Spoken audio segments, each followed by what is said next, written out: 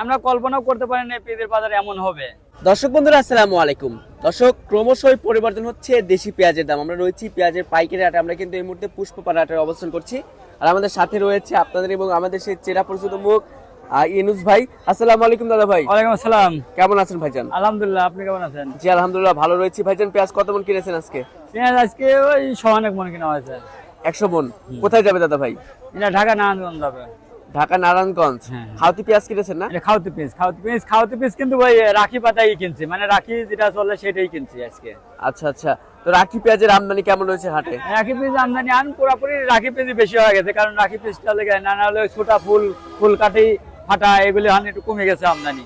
আচ্ছা, তো সব মিলে যেহেতু 100 মন মাল কিনেছেন, এটা ঢাকা নারায়ণগঞ্জ যাবে, চাহিদা কেমন রয়েছে পেঁয়াজের এখন? চাহিদা বলতে কি আমার মোকাম চাহিদা এই যে পয়লা বৈশাখ করার পরে যে 2-3 দিন বাজারটা লেগে বেচা কিনা ষোলোর কারণে দেখা যে মোকামে একটু চাহিদাটা কম আছে, কিন্তু ওই রাখি বাঁধাই আলাদা আছে। রাখি বাঁধাইটা যেটা ইয়েতে ওটা তো লেগে সবসময় 200-300টা মনে বেশি থাকে। ওটা দেখা যায় একটু চাহিদা আছে। আর মোটামুটি এমনিও এই গতকালকের সাথে বাজারটা একই রকম আছে, কিন্তু আমদানিটা কম, আমদানিটা অর্ধেক। আজকে আমদানি কম রয়েছে, আমদানি মেলা রকম রয়েছে। আচ্ছা, তারপরে যতই দিন যাবে ততই মনে হয় আমদানি কেমন কমে যাবে, কারণ আমদানি আর অতটাও হবে না, কারণ আমদানি অনেকটা কমে। আচ্ছা ভাই, তো মনে হয় বাংলাদেশের বিভিন্ন জেলায়, হ্যাঁ আমাদের বহুত অনেক বাংলাদেশের 64 জেলায় আমাদের কম বেশি লেগে পিস যায়। আমাদের কেউ বললে পরে তাও আমরা দিতে পারি। আচ্ছা, যারা স্টক পেঁয়াজ কিনবে, যারা স্টক করবে রাখি পেঁয়াজ যারা কিনবে তারা তো কিনতে পারবে আপনার সাথে? হ্যাঁ, আমাদের বললে পরে আমরা সেটা কিনে দিই। আচ্ছা, আমরা প্রতি বছরই কিনে দেই। আচ্ছা, আপনার নাম্বারটা একটু দিবেন দাদা ভাই। আমার নাম্বার 01721773255। ইউনুস ভাই না? ইউনুস ভাই। আচ্ছা, তারা কি আপনার হাটে এসে কি আপনার সাথে মাল কিনবে নাকি টাকা পাঠা দিলে মাল কিনবে? সে যদি মনে করে যে ইচ্ছা করে যে না আমি আসবো না, তাও আমরা কিনে দেই, ব্যাংকের মাধ্যমে টাকা দিয়ে দিলে পরে আমরা কিনে দেই। আবার সে আসতে পারে আর একটু ভালো হয়, পরিচিত হয়ে যায় বা দেখে যায়, বেড়া গেলে পরে সেও থাকলে কিনবো কোন কোয়ালিটি লাগবে সবচেয়ে ভালো হয়। আচ্ছা ভাই, যেটা দেশি পেঁয়াজ রয়েছে সেটার বাজার মূল্য কত আছে আজকে? যেটা দেশি পেঁয়াজ 1 নম্বর দেশি, সেটা আজকে গেল লেগা 11,300-12,500 টাকা আজকে গেল। আর যেটা খাওতি পেঁয়াজ, যেটা খাওতি পেঁয়াজ ওটা গেল আজকে লেগা ওই ফুলকাঠি যেটা ওটা গেল 800-900 টাকা। আচ্ছা, কোয়ালিটি ভেদে দাম, কোয়ালিটির ভিতরে। আর যেটা এই কোয়ালিটি এটা গেল 1050 1050